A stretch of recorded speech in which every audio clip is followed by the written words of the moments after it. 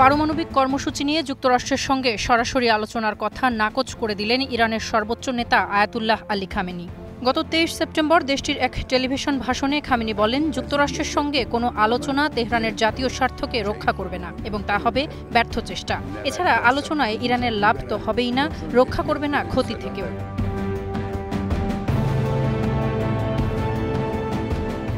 যুক্তরাষ্ট্রের সঙ্গে কেন আলোচনা নয়, এর পক্ষে একাধিক যুক্তি তুলেন খামেনি। দাবি করেন, আলোচনায় বসতে নানাভাবে চাপ তৈরি করে যুক্তরাষ্ট্র, কখনো কখনো চলে বোমা হামলাও। হুমকি মোকাবেলা না করে আলোচনায় সায় দেয়াকে দুর্বলতা বলেও উল্লেখ করেন তিনি। যদি তোমরা এই হুমকির সাথে আলোচনা করতে চাও, তার মানে হলো আমরা যে কোনো হুমকির মুখে তৎক্ষণাৎ ভীত হব এবং অন্য পক্ষের কাছে আত্মসমর্পণ করব।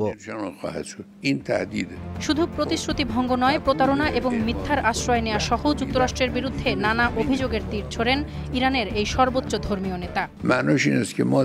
আমাদের বিপরীত পক্ষ সবকিছুতেই তাদের প্রতিশ্রুতি ভঙ্গ করে, সবকিছুতে মিথ্যা বলে, প্রতারণা করে, যে কোনো সময় সামরিক হুমকিও দেয়।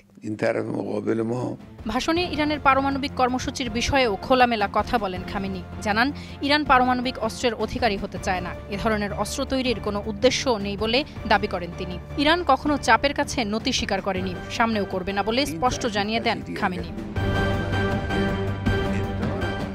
এদিকে খামেনি এমন সময়ে ভাষণ দিলেন যখন ইরান এবং ইউরোপীয় শক্তিগুলো বিতর্কিত পারমাণবিক কর্মসূচি নিয়ে আলোচনা চালিয়ে যেতে একমত হয়েছে। মার্কিন প্রেসিডেন্ট ডোনাল্ড ট্রাম্প জাতিসংঘের সাধারণ পরিষদে বলেছেন, ইরানকে কখনোই পারমাণবিক অস্ত্রের অধিকারী হতে দেয়া যাবে না। Making this speech without a teleprompter. Tasfia Tamanna, star news.